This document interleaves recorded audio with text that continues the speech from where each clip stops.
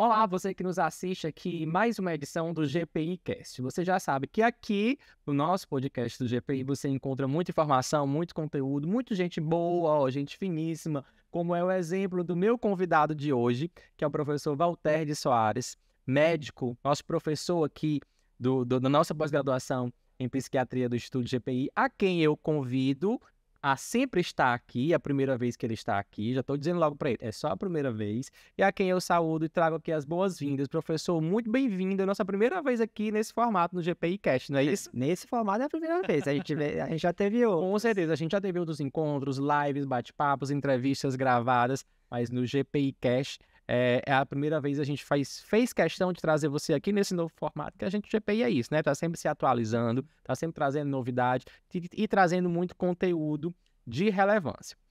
Por causa disso, falando em conteúdo de relevância, eu descobri que o professor estava aqui nas mediações aqui do GPI, estava com o módulo já em andamento, falando sobre transtornos mentais secundários. E na mesma hora, professor, bora lá, bora aqui. Chegou sua vez de inaugurar o GPI Cast. E é sobre isso que a gente vai falar hoje. Começar a conversar aqui hoje, não é isso, professor? Transtornos mentais secundários. Eu confesso que, antes de conversar rapidamente com o senhor, não sabia que isso era possível. Então a gente vai já começar falando aqui. O que que são esses transtornos mentais secundários? E dar alguns exemplos, porque nos bastidores aqui o professor conversou comigo, eu fiquei inclusive preocupado com alguns exemplos que ele trouxe para a gente. Mas ele daqui é o profissional da saúde, é o profissional que vai nos trazer toda a luz do seu conhecimento e nos trazer muitas informações. Professor, transtornos mentais secundários, o que eu entendo disso? Bom, então, obrigado pelo convite, mais uma vez. Alô a todos, obrigado por estar nos assistindo. Sim. E vamos lá para esse conceito. Então, entenda que é uma coisa que todo psiquiatra deve fazer. Antes dele dizer que a pessoa tem um transtorno mental, um transtorno psiquiátrico, ele tem que descartar as causas físicas, as causas orgânicas. Porque as causas orgânicas podem gerar um transtorno, uma repercussão cerebral, como se fosse um transtorno mental, sem ser um transtorno mental primário. Então nem tudo começa aqui. Nem tudo começa aqui. A gente diz o quê? Que qualquer remédio, qualquer droga, qualquer toxina e qualquer doença física, orgânica, que interfira na função mental, ela pode gerar um transtorno mental secundário, que também é chamado de transtorno mental por uma condição médica geral. Então, essas doenças, esses transtornos que não têm uma origem primária no sistema nervoso central, eles são chamados de secundários, porque secundariamente chegaram aqui. Mas é algo que chega lá no consultório. Chega lá no consultório. E não é só algo que chega no consultório. Todo paciente que chega no consultório tem que ser avaliado para saber se aquilo que ele está tendo não é decorrente de um remédio que ele está tomando, não é decorrente de uma doença que ele já tem. Então, todo psiquiatra tem que investigar isso, porque imagine aqui, a pessoa está com um quadro idêntico a um transtorno de ansiedade grave, com sintomas de pânico. Então, ela chega lá dizendo que está em crise, que tem taquicardia, que tem palpitação, que tem dormência, formigamento, sensação de falta de ar, sensação que vai morrer, aperto no peito, como se fosse um quadro típico de pânico, um ataque de pânico. E aí você descobre na investigação, tá, vamos lá, e o que é que tem mais? Você tem alguma outra doença? Você toma outro tipo de remédio para qualquer outra doença da sua vida? Aí você descobre que ela está tomando um medicamento para hipotiroidismo e que ela está tomando uma dose bem alta. Ou seja, aquele medicamento está gerando um hipertiroidismo, os hormônios da tireoide vão ficar lá em cima, acima do normal, e ela está tendo uma crise ansiosa como efeito colateral do remédio. E isso, se a gente não descobrir, o que é que vai ter? Você vai tratar uma crise de pânico sem ser uma crise de pânico original. Enquanto ela não corrigir o hormônio da tireoide, ela vai ficar tendo, mesmo que você mantenha o tratamento. Então, um caso, por exemplo, que você está nos trazendo, a pessoa que trata Eu já falei, inclusive, que em outras lives, em outros momentos, outros bate-papos, até do GPI Cash, por exemplo, sempre cito o exemplo do meu pai. Meu pai teve câncer de tireoide, né? Então, ele tem que fazer a taxa lá da reposição hormonal e tal. O caso lembrei desse fato porque você está trazendo o caso do hipotireoidismo, por exemplo. Então, ele pode ser com os sintomas que a pessoa sente, ele pode ser confundido, assim, digamos, a pessoa chega lá no consultório do Dr. Valterres, por exemplo, doutor, eu tô sentindo isso e isso tal, e só que a forma original, lá no início, não se trata de algo da psique, é algo relacionado aos remédios ou aos hormônios do hipotireoidismo. Eu entendi correto? Isso. Então, assim, o paciente às vezes ele não está nem sendo tratado. Ele não sabe que tem um hipotireoidismo causado por isso, causado por aquilo, por um câncer. Ele não sabe nada. Ele só está com um quadro depressivo. Certo. Porque assim, o hipotireoidismo pode dar depressão? Pode. O hipotireoidismo pode dar transtorno ansioso? Pode. Aí ele chega lá com um quadro idêntico a um paciente depressivo. Sem considerar o hipotireoidismo. A gente nem sabe que tem hipotireoidismo. E aí, quando você faz a avaliação, realmente o senhor aparentemente tem um quadro depressivo. Mas eu vou começar a tratar a depressão, não vou deixar uma pessoa sofrendo com a depressão, vou tratar a depressão. Mas eu peço uma bateria de exames iniciais, e na bateria de exames iniciais... Aí lá descobre. Tem os hormônios da tireoide. Aí quando ele volta para mim no retorno, eu vejo lá, eita, então não é um transtorno psiquiátrico primário, é um transtorno psiquiátrico secundário. Porque a origem está lá na... hipotireoidismo. O hipotireoidismo. E isso é importante porque na hora que ele corrigir o hipotireoidismo, a depressão vai melhorar. Vai melhorar. Aí, imagino eu que nesse momento, então, há uma aproximação, uma conversação entre os profissionais. Você da psiquiatria E o endocrinologista. e o endócrino lá que está tratando do hipotireoidismo. Não é isso? Isso na medicina já é comum, e num caso como esse, por exemplo, que você está citando um exemplo, já a gente vai citar mais, inclusive, mas para mim eu começo a achar que é isso que deve acontecer, não é isso, professor? Isso. E, inclusive, o próprio endocrinologista, geralmente eles costumam pedir um parecer da psiquiatria quando eles vão entrar com alguma medicação para emagrecer.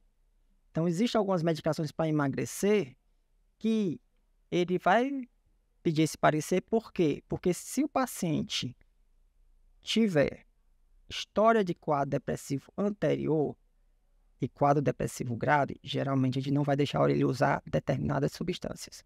Porque essas substâncias já são reconhecidamente causadoras de quadros depressivos. Aí uma pessoa que já teve depressão, já teve um quadro grave de depressão, usar uma substância que já é reconhecidamente... Sim. Aí a gente prefere que ele use outros meios de orientar aquela pessoa para emagrecer do que não seja aquela determinada medicação. Doutor Valterres, essa conversação, essa comunicação entre os profissionais, por exemplo, você já falou aí que ela acontece.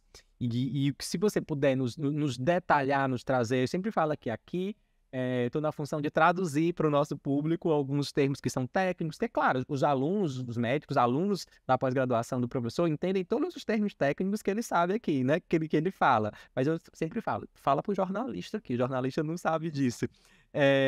Como é que acontece? Essa comunicação acontece, você já falou, mas os tratamentos, eles acontecem de forma simultânea? Vamos citar o exemplo do hipotireoidismo. Descobriu-se, o paciente chegou no seu consultório, está com alguns sintomas da depressão, você pediu uns exames, e lá nesses exames descobriu-se o hipotireoidismo. E aí ele vai tratar com o endócrino, obviamente. Os tratamentos, porque ele já chegou como sintoma de depressão e tal, então já tem algo da psique aqui alterado. Os tratamentos ocorrem de forma simultânea, ou é primeiro um, depois o outro? Como é que acontece? Ou depende de cada caso, que acredito que pode acontecer? Geralmente é simultâneo. Então, provavelmente assim, não acontece assim de iniciar junto, por quê? Porque eu já comecei, quando ele vem para mim, eu já começo o antidepressivo. Certo. Eu vou pedir os exames, mas os exames vão demorar a chegar. Então, ele vai fazer os exames, no retorno é que ele vai trazer esses exames que eu vou avaliar. Então, já começa o antidepressivo. Mas, quando vejo os exames, está lá alterado, eu encaminho para o endócrino. Para o endócrino já começar a parte dele. E aí, endócrino também já começa. Para tratar aquela condição primária lá. O fato é que quando ele começa a parte dele, o paciente melhora mais rápido. Ao invés de ter um quadro depressivo onde ele vai demorar mais tempo de medicação para sair da medicação, Então é como se fosse uma interferência positiva, com certeza, não é isso? com O certeza. paciente ele começa a reagir de outra forma. De outra forma, ele melhora bem mais rápido quando a tireoide está regulando os hormônios. Vamos passar para o segundo exemplo, que esse eu confesso que nos bastidores a gente conversou aqui, eu fiquei bem mais surpreso, que você mencionou o caso da diabetes, do diabetes, né? Explica pra gente como é que funciona, que relação que pode ter o diabetes com... em casa você deve estar se perguntando também aí, que relação, assim, diabetes, professor, doutor, ele é psiquiatra, como assim? Mas pelo que eu entendi, podem acontecer casos de transtornos mentais secundários, onde a gênese está lá no diabetes. É isso? Isso. Imagine assim, como eu falei no início, qualquer doença, ou qualquer medicamento, ou qualquer droga que vá atuar de alguma maneira no sistema nervoso central pode causar uma doença neurológica ou uma doença psiquiátrica. A diabetes é uma doença sistêmica, então ela vai ter alteração em todo o corpo. Inclusive, diabetes pode cegar, né? Sim. Então, se você tem uma hemoglobina glicada na diabetes por muito tempo, ela acima de 6,5, o risco de você cegar é imenso. Então, se você é diabético e tem hemoglobina glicada acima de 6,5, que seu médico clínico generalista trata, ou que o seu endocrinologista trata, mas você não consegue baixar essa hemoglobina, você tem um risco imenso de cegueira. Então, Alerta, grande alerta, viu? exatamente. Mas aí, olha só. Qual o mecanismo em si, qual a via detalhada de como o diabetes interfere naquela partezinha do cérebro responsável pelas emoções, não se sabe a esse nível de detalhamento. Mas se sabe que é uma doença sistêmica e que pode atacar o sistema nervoso central? Pode. E que você ter diabetes, você tem uma chance bem maior de ter um quadro depressivo. E é uma via de mão dupla. Como assim? Você ter diabetes, você tem 4 vezes mais chance de ter depressão.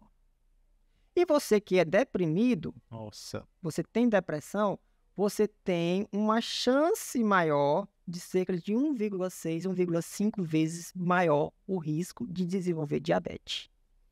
E ainda tem mais. Os medicamentos usados para tratar a depressão também são fatores de risco para desencadear diabetes. Meu Deus. Vocês viram por que eu fiquei preocupado? Então, assim, é meio... Por isso que quando eu sempre falo para os meus alunos, tanto aqui como alunos da faculdade, é que você vai tratar um transtorno mental nunca é somente com remédio. Eu preciso do resto. E uma das questões do resto é a atividade física. A atividade física vai fazer bem para o corpo? Vai melhorar a situação da célula receber melhor a insulina na diabetes? Sim. Vai melhorar o peso do paciente? Sim.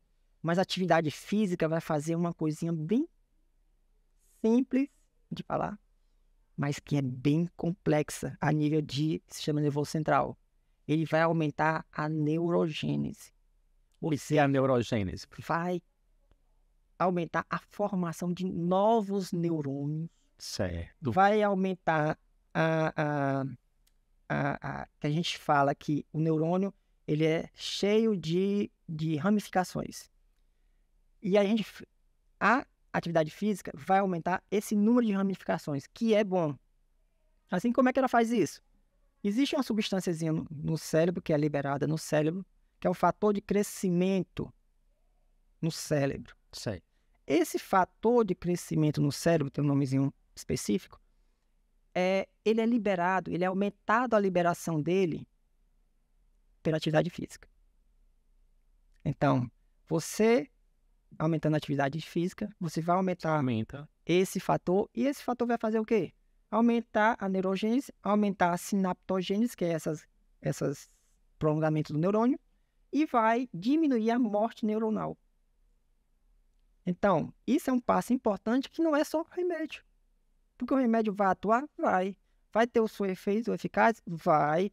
Mas a atividade física está ali sendo importantíssima. Porque ela vai atuar tanto num como também no outro. Na diabetes, por exemplo. Eu ia perguntar isso para você, e engraçado, você já começou a trazer isso.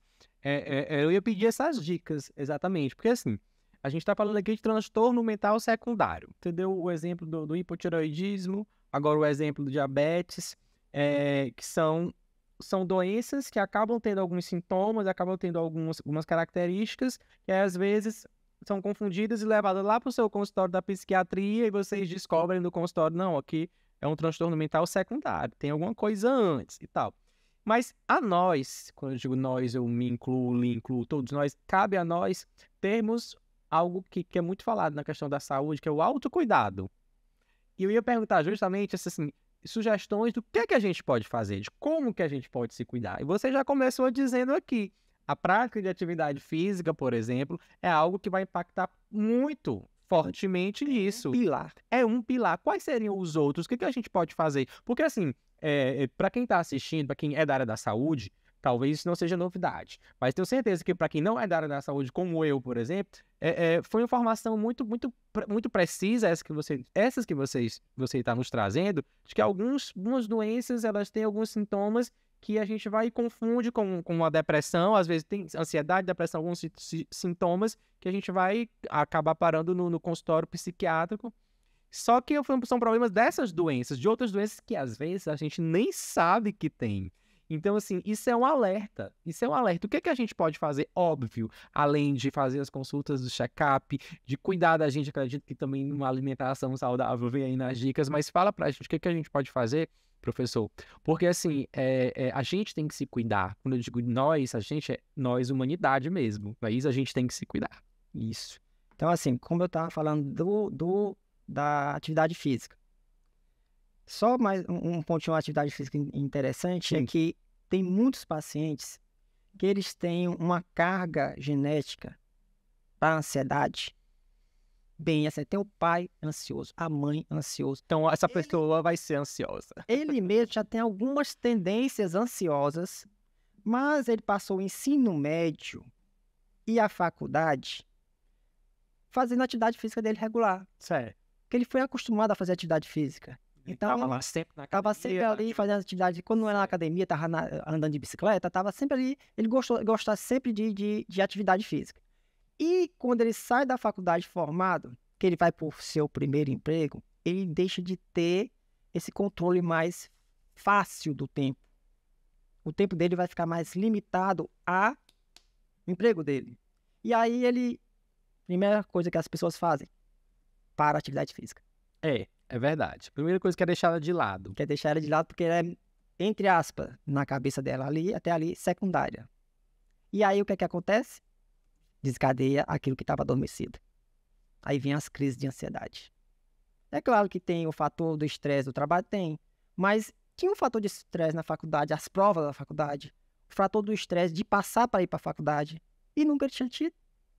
Por quê? Porque estava com a atividade física em dia. Isso. E isso... Então, atividade física, o nome da substância, exemplo, para quem quiser ir pesquisar, é BNDF-alfa, certo? Fator de crescimento do cerebral, que faz isso que eu já falei. Mas vamos lá para o segundo pilar. Sono. Medicina do sono hoje está avançando muito. Tá. Muito. Então, o sono é um pilar imprescindível para qualquer transtorno mental, para o tratamento de qualquer transtorno mental. Então, o sono é preciso, é necessário. Se você quer viver bem, você tem que dormir bem. Dormir bem significa dormir muito? Nem sempre. Nem sempre. Dormir bem, você tem, vamos dizer assim, é uma série de fatores, mas vamos botar aqui resumidamente. O sono de um recém-nascido é em torno de 16 horas. O sono de uma criança acima de 5 anos, eu vou lá para 12 horas, até 5 anos, 12 horas. Um sono de uma criança até 9 anos, 9 horas. Um adolescente, 9 horas também. O adulto, 8. O idoso, 6. Então, você está vendo que está diminuindo a quantidade de sono. Sim. E existe também diferenciação nos padrões. Um sono mais noturno, alguns cochilos de dia. Então, o recém-nascido dorme praticamente só acorda para comer e trocar a fraldinha. Verdade. O resto, o idoso tem alguns padrões de sono que tem alguns cochilozinhos de dia. Mas, assim, essa quantidade de sono vai depender da idade. Agora, o que tem que se fazer? Esse sono tem que ser um sono na quantidade certa, para aquele padrão que você está inserido, aquela sua idade, aquela faixa etária, e tem que ser numa qualidade. Tem que ter qualidade. Você dormir bem, entrando em todas as fases do sono, até o sono profundo, voltando para aquele sono que você sonha, que a gente chama de RNE, sono REM, até acordar. Então você tem que passar por todas as fases do sono e durante a noite você passa por essas fases de 4 a 6 vezes. E muita gente toma medicamento, que às vezes o medicamento foi prescrito por um médico para dormir, mas esse medicamento altera a arquitetura do sono. Você não entra no sono aprofundado, você não tem relaxamento muscular. E aí essa medicação vai te deixar dormindo, mas você acorda cansado. Eu tô aqui me perguntando se eu tenho essas fases do sono todas. Com certeza você tem. Todo mundo passa por essas fases do sono. Agora, quem está tomando determinados medicamentos não passa por essas fases. Por exemplo, benzodiazepínico, os PAN da vida. Diazepam, bromazepam, alprazolam, funitrazepam, tudo que é PAN da vida. Os PANs não permitem, não permitem passar por todas essas fases. Então, ele faz você dormir, mas você pode acordar, a grande maioria acorda cansado. Até no início, a pessoa pode até acordar mais relaxado, mas o uso crônico deles não vai deixar você entrar nessas fases do sono. E essas fases são muito importantes, porque não é só o relaxamento muscular, é a liberação de hormônios. Inclusive, tem uma das causas de disfunção sexual é você não ter as fases do sono normais, estar com algum distúrbio do sono, que no sono é liberado testosterona. Aí você não tem testosterona sendo liberada por causa do sono. Aí vai refletir em sua disfunção sexual. Aí você vai investigar pensando que é alguma outra coisa, não é o sono. Olha, o professor já falou aqui em 2 minutos, uns 20 importâncias do sono, inclusive essa aí, como que ele pode afetar e causar uma disfunção sexual. Então, sono, já entendemos aqui um outro pilar super importante. Super importante. Como você já falou, a alimentação. É outro fator. Outro pilar, você tem que ter uma alimentação regulada, uma alimentação saudável, comendo de tudo um pouco. Por exemplo, uma das causas de um transtorno mental secundário, vamos dizer, chega para você vem no seu consultório um paciente já idoso, com um quadro idêntico à demência. Você leva seu familiar, assim, eu trouxe meu familiar aqui, eu trouxe aqui meu pai, trouxe aqui minha tia, porque ela está com demência. Aí você vai fazer a avaliação, realmente ela tem todos os sintomas de demência. Aí você pede a avaliação dos exames. E eu sempre peço dosagem de vitamina B12 e dosagem de ácido fólico. Que é a vitamina B12 e o ácido fólico é a vitamina B9. E a deficiência dessas duas vitaminas aqui pode dar um quadro semelhante à demência de Alzheimer, sem ser Alzheimer. Você repõe essas vitaminas e o idoso volta no estado dele anterior. E não era demência. É o que a gente chama de demência reversível, ou seja, ela reverte com a reposição, não é um quadro de demência que vai ficar ali pelo resto da vida do idoso. Ela reverte. E é um transtorno mental decorrente de uma condição médica geral, que é a deficiência de B12, gerando um transtorno mental, no caso, uma demência. Entendi. E aí, por isso, e não é incomum você pegar as pessoas com uma deficiência já inicial de B12 na vida adulta. Eu sempre peço para ver, porque aí você vai atrás. Você come carne vermelha? Você come fígado, que são duas importantes fontes de vitamina B12. Aí a pessoa é mais vegana, a pessoa é mais de comer carne branca, não come carne vermelha. Acaba ficando com uma certa deficiência. Deficiência, e é uma deficiência importante, porque a B12 também está relacionada a quadro depressivo refratário. Tem um artigo na própria revista brasileira de psiquiatria, onde a pessoa, o médico que escreveu o artigo, era citando um caso, ele detalhou o caso, um relato de caso bem, bem interessante, onde ele já tinha usado tudo quanto era antidepressivo. As associações mais... Renomadas. Isso. E o quadro depressivo não melhorava. Até que foi usada a B12, foi reposto B12, e o quadro depressivo desapareceu. Olha aí. Certo? Então, a alimentação é um pilar também importante. Outro pilar importante, a psicoterapia, inquestionável. Verdade. Não existe tratamento em psiquiatria, só remédio sem psicoterapia. Então, a psicoterapia é um pilar também importante. A medicação é o outro pilar, que aí entra na nossa parte, importante. E a espiritualidade. Verdade. Eu queria que você falasse agora especificamente dessa parte da espiritualidade, porque é algo que você sempre fala, que você sempre destaca, e a gente sabe, assim, eu sei que tem uma diferença, faz uma diferença danada, né? Assim, usando a nossa expressão aqui do Nordeste, a espiritualidade é um pilar muito importante, porque... Vou deixar você dizer o porquê, mas fala um pouquinho sobre esse pilar, que eu acho muito importante a gente destacar aqui agora. É interessante, assim, para aqueles que não acreditam, entra lá no Google ou qualquer plataforma de busca e coloca lá, depressão, espiritualidade. Ou entra até no próprio Google escolar, o Google acadêmico, e coloca lá, depressão, espiritualidade. Ansiedade, espiritualidade. Psicose, espiritualidade. Transtorno de dependência química com espiritualidade. Coloque lá e veja o que é que vai sair. Vocês vão ficar impressionados no número de artigos que vão aparecer ali.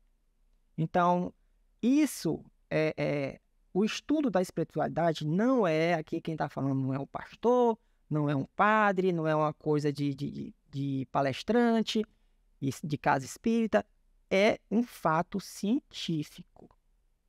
Então, são muitos artigos comprovando Que trazem a espiritualidade como um fator positivo para o tratamento e para evitar que o transtorno se desenvolva.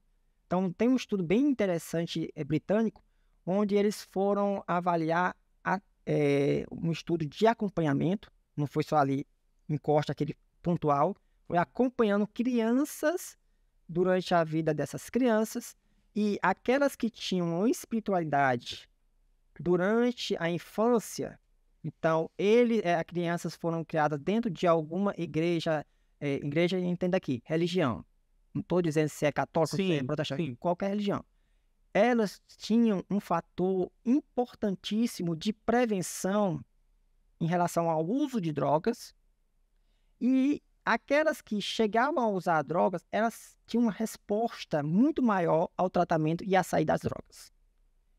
Então, falando em dependência química. E vocês vão lá e vocês vão encontrar de tudo. Suicídio, longevidade. Longevidade, olha só. A pessoa que é espiritualizada, a pessoa que exerce sua espiritualidade, não é só dizer que eu sou católico não praticante. É você dizer que é católico e você participa da sua igreja, fazendo parte de algo a mais dentro da sua igreja. Então, essas pessoas que eram espiritualizadas, elas tinham uma média de vida de 7 anos a mais do que aquelas pessoas que não eram espiritualizadas. Olha aí, olha aí. São 7 anos, gente.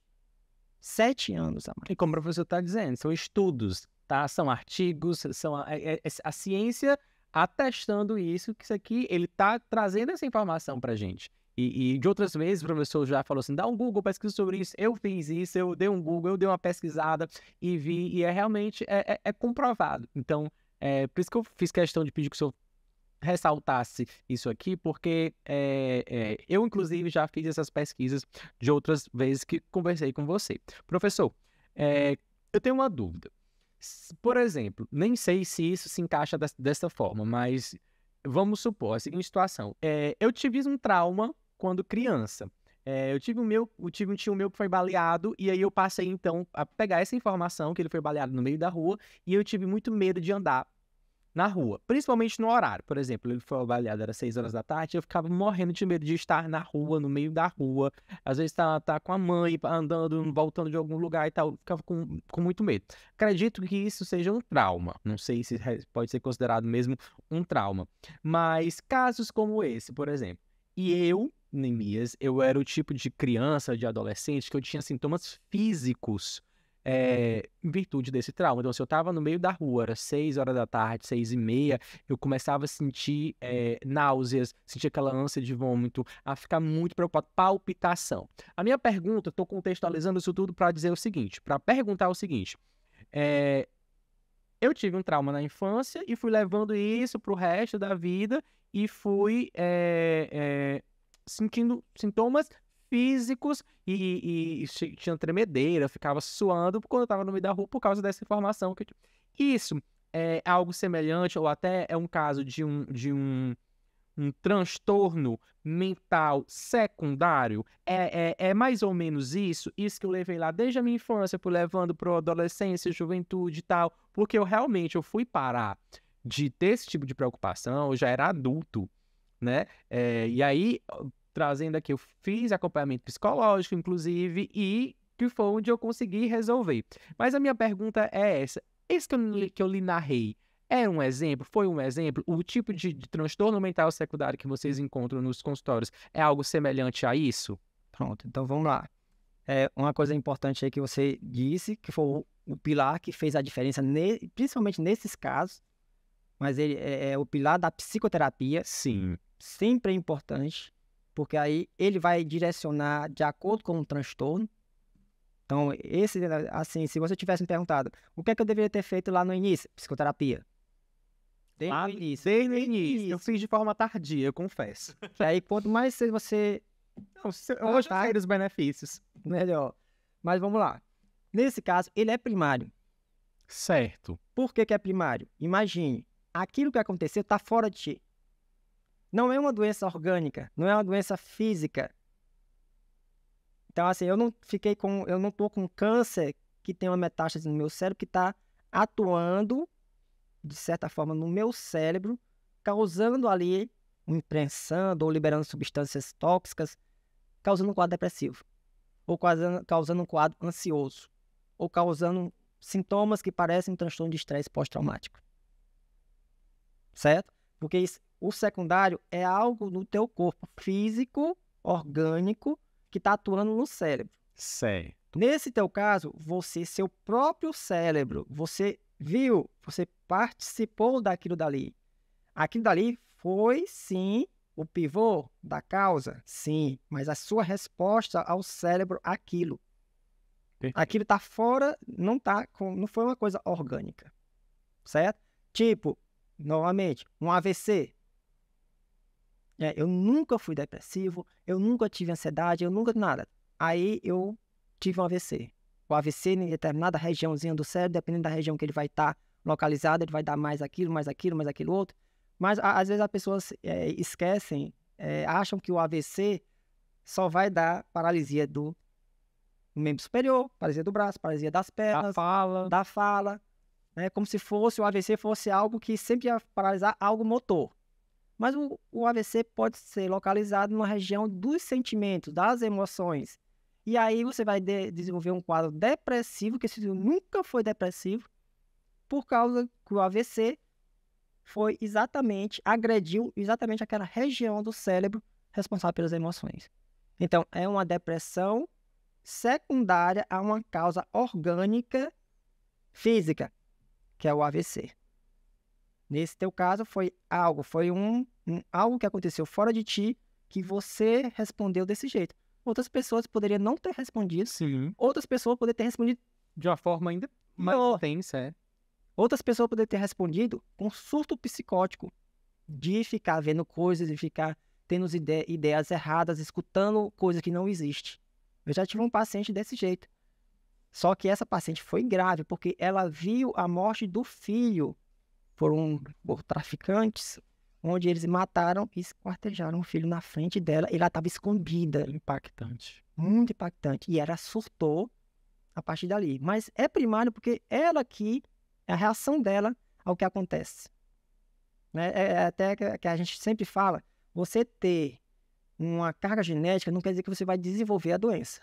Então, eu tenho uma carga genética, meu pai ou meu tio tem esquizofrenia, por exemplo. Não necessariamente. Eu vou ter esquizofrenia.